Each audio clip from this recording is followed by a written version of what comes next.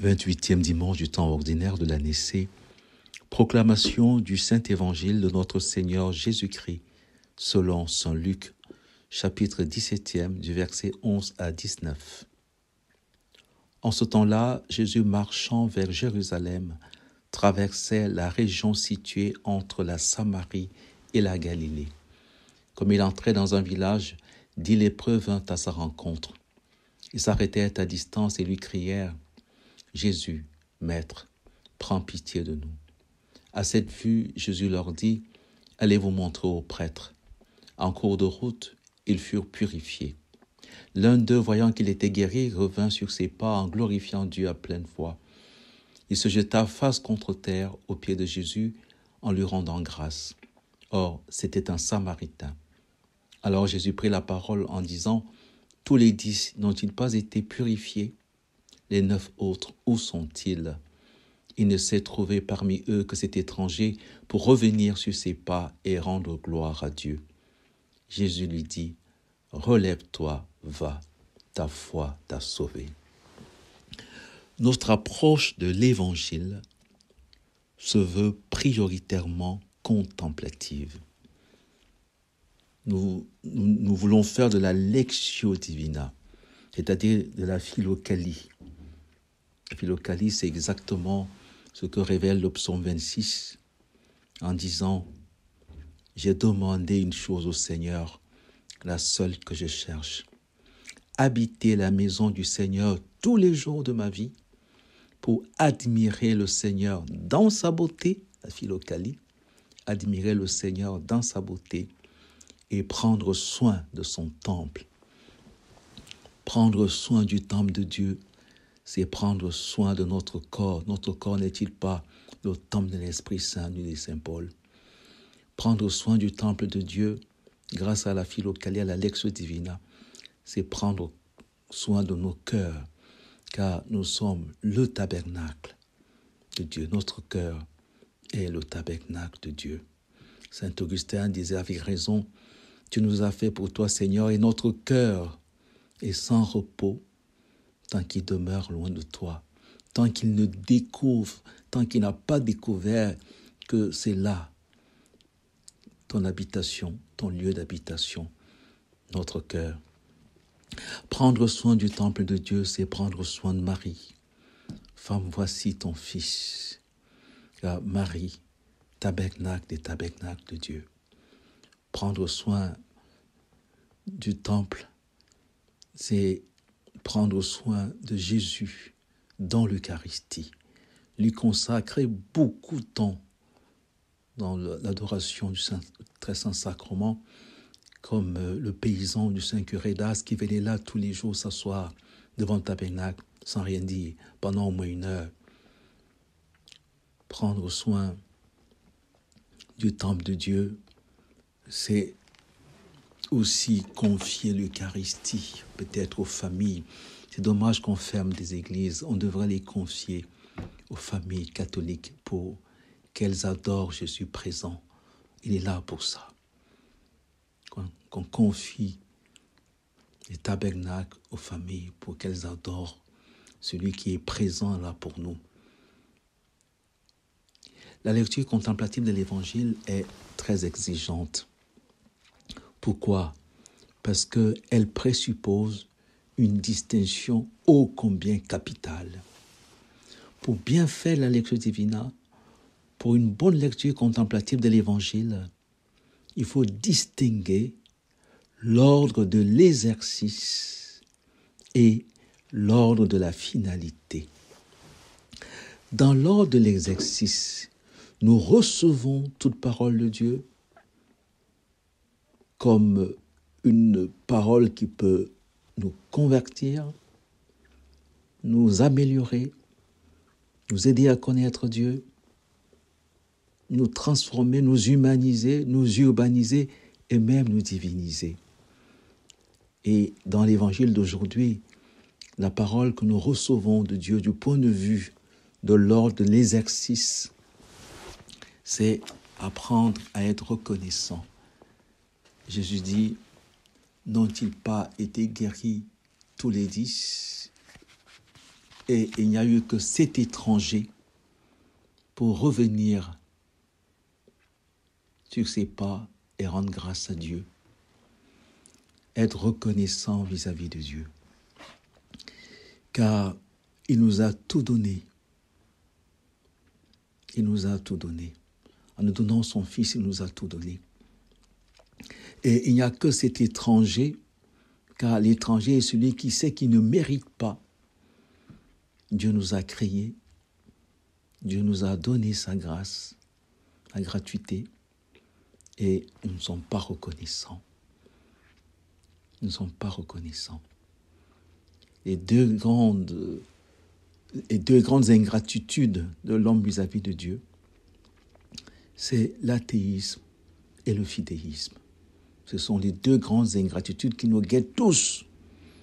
L'athéisme, c'est quand nous oublions, comme disaient les néoplatoniciens, que nous sommes des fragments venus de Dieu. Non seulement nous nous ignorons comme fragments venus de Dieu, comme étincelles du divin, comme étant de la race de Dieu, dit saint Paul aux Athéniens. Quand nous oublions cela, Sainte Claire, que nous avons célébrée il y a quelques jours, meurt en disant « Merci de m'avoir créé ». Quand nous oublions que l'être ne peut venir que de l'être premier. La grande ingratitude. La deuxième grande ingratitude, c'est le fidéisme, parce que le fidéisme nous fait oublier la gratuité de Dieu. Nous pensons que nous pouvons nous en sortir par nos petits mérites. Or, cela nous est donné gratuitement. Voilà pourquoi il est dit aux lépreux d'aller se montrer aux prêtres. Le sacerdoce, la belle étymologie de Thomas d'Aquin, c'est sacra dans, c'est le fait, l'art de donner à Dieu les choses des hommes et de donner aux hommes les choses de Dieu. Cela ne peut se faire que gratuitement parce que notre nature est tellement étrangère à la nature divine que tout ce qui nous vient de la nature divine ne peut être que de la gratuité absolue. L'étranger, celui qui reconnaît qu'il n'a aucun mérite, qui reconnaît qu'il a tout reçu, qu'il vient de Dieu et il retourne vers Dieu. Alors, il vient sur ses pas rendre grâce à Dieu.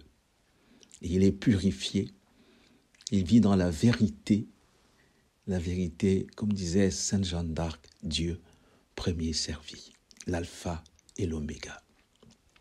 Maintenant, du point de vue contemplatif, dans l'ordre de la finalité, le point de vue contemplatif, retenez bien, c'est l'ordre de la finalité.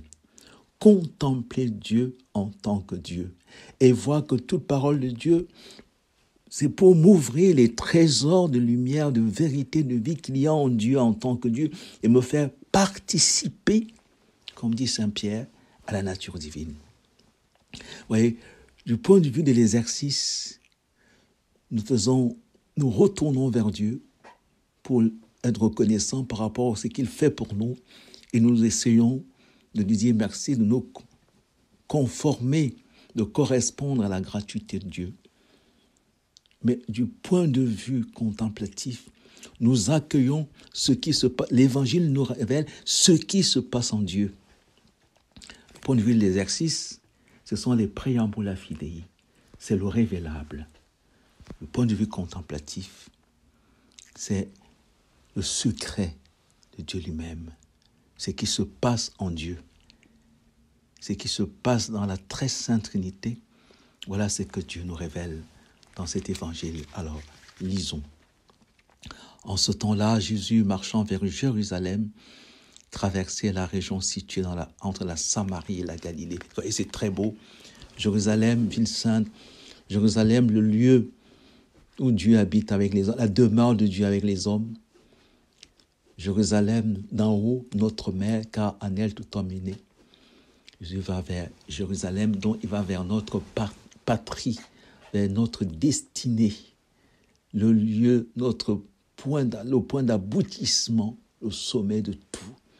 La Jérusalem d'en haut est libre, la demeure de Dieu avec les hommes, qui s'est parée pour son époux, dit l'Apocalypse. C'est elle qui nous apporte la Jérusalem, nous est ouverte avec Jésus. Et Jésus marche vers Jérusalem vers le Père, autrement dit. Il traverse la région située entre la Samarie et la Galilée. C'est très beau. Samarie, considérée comme des étrangers. Galilée, le carrefour, l'adoration des païens. Vous voyez, on est vraiment là en plein mystère de Dieu qui a voulu, qui n'a pas retint le rang qu'il égalait à Dieu. Il s'est anéanti pour venir nous rejoindre partout où nous sommes, pour nous faire participer à sa vie, pour nous conduire vers Jérusalem. Que fait-il? Comme il entrait dans un village, 10 lépreux vinrent à sa rencontre. Qui sont les 10 lépreux du point de vue contemplatif? Les 10 lépreux sont ce que l'homme pouvait faire par lui-même, selon la nature humaine. Deux choses, selon la nature humaine. Du point de vue de la philosophie, les 10 prédicaments. C'est magnifique. Et du point de vue de la religion, les 10 commandements. Et des 10 commandements et des 10 prédicaments, un seul prédicament, un seul commandement reviendra vers Jésus. Quel est le sommet des 10 prédicaments? C'est quand l'intelligence découvre l'ousia, le principe de l'être. Quel est le principe, le sommet des 10 commandements? Jésus le dit, mon commandement, le voici, aimez-vous les uns les autres. L'unique, le premier de tous les commandements, tu aimeras le Seigneur, ton Dieu de tout ton cœur, tu aimeras ton prochain comme toi-même. Jésus va résumer tout cela en disant, tu aimeras ton prochain. Aimez-vous les uns les autres comme je vous ai aimé. C'est très beau. Parce que 10 commandements, 1 plus 1, 0 égale 1. Les 10 prédicaments, 1 plus 0 égale 1, c'est le sommet. Le seul prédicament qui est au-dessus de tous les prédicaments, c'est ce qui nous permet de découvrir l'ousia, l'être premier, et qui fait la jonction avec la contemplation, notre intelligence et la vie contemplative, l'ousia. Et du point de vue des... Alors, Jésus vient à la rencontre, et quand Jésus vient à la rencontre, qu'y se passe-t-il? Alors, il nous fait participer aux processions divines. Il nous soigne de la lèpre, de tout ce qui nous défigure, de tout ce qui nous caricature, de tout ce qui nous maintient en deçà du projet de Dieu sur l'humanité, de tout ce qui nous minimise. Nous découvrons dans cet évangile, du point de vue contemplatif, que nous sommes les intendants des 2 processions divines. Jésus est venu nous guérir. Ta foi t'a sauvé. Bienheureuse celle qui a cru en accueillant en elle l'incarnation du Verbe. Croire, c'est accueillir le Verbe incarné.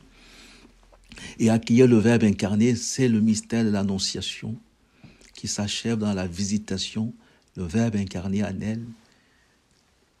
C'est que quand Marie salue Élisabeth, Marie inspire le Saint-Esprit, communique le Saint-Esprit à Élisabeth. La lèpre nous a diminué, a voulu que nous restions des images lointaines des dieux et même des caricatures parfois. Mais Jésus est venu, le seul qui est venu vers nous. Le seul qui revient rendre grâce finalement, c'est Jésus, qui seul peut rendre gloire au Père comme il faut. Lui seul peut dire à l'homme qui est l'homme, lui seul. Il n'y a pas d'autre nom donné aux hommes, le seul nom, le seul qui peut revenir vers l'homme et qui peut aller vers le Père en même temps. C'est lui Jésus, l'unique médiateur qui nous donne après, par la grâce d'être médiateur avec lui, d'être intendant des 2 processions trinitaires. Le Verbe qui s'incarne et le Saint-Esprit qui est répandu quand Marie salue Élisabeth. Que le Seigneur qui nous a sauvés nous donne de nous réjouir, de célébrer le mystère de la foi comme il convient, participation aux processions divines.